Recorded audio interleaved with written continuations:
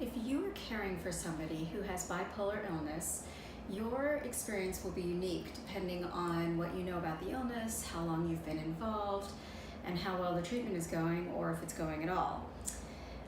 One of the things to know is that bipolar does not have to be a life sentence of treatment and arguments and volatility.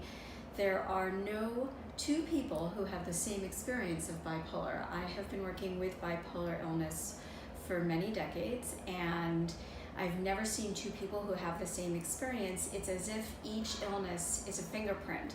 So that experience will be different for you and the person with the illness.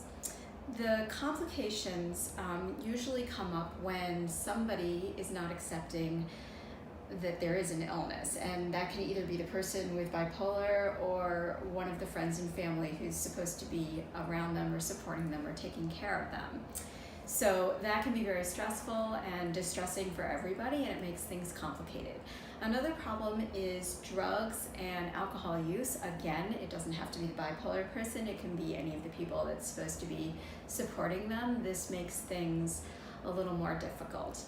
And lastly, but not any less common, is there's a lot of overlap between bipolar and some form of trauma, whether it is a loss or bullying or abuse or divorce or relocation. It can be anything that's very distressing and stressful that also has to be addressed besides just the illness.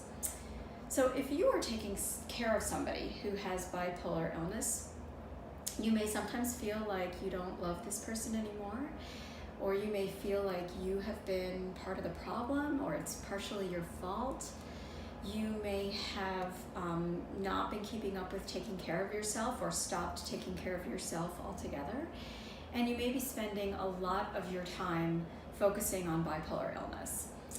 So what you need is very good information about bipolar illness, and there are some books out there and some good stuff on the internet.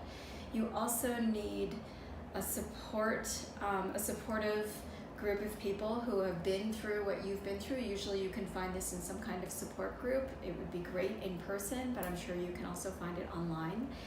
But you need to be able to talk to people who've been through what you've been through, because it is very unique.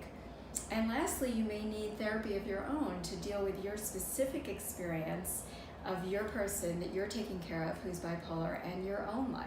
And that's very special, so you may need your own therapy as well.